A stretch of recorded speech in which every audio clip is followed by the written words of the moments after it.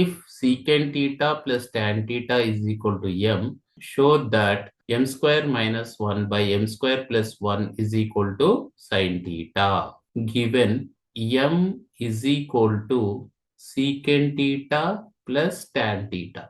M square is equal to secant theta plus tan theta whole square is equal to secant square theta plus tan square theta plus 2 secant theta into tan theta. M square minus 1 is equal to secant square theta plus tan square theta plus 2 secant theta into tan theta minus 1.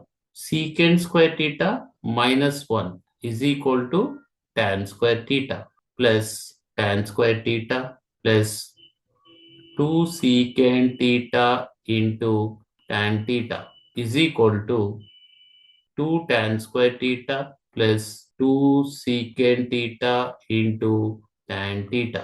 2 tan theta common. 2 tan theta into tan theta plus secant theta.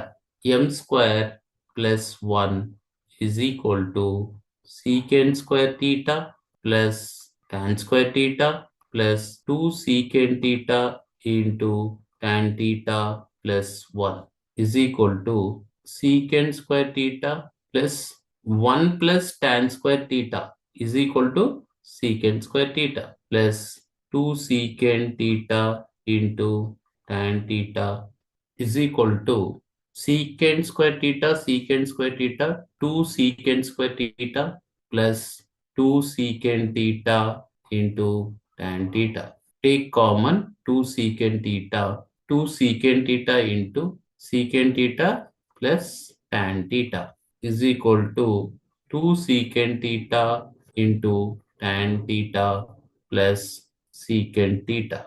LHS is equal to m square minus 1 by m square plus 1 is equal to 2 tan theta into tan theta plus secant theta divided by m square plus 1. 2 secant theta into tan theta plus secant theta is equal to 2 gets cancelled.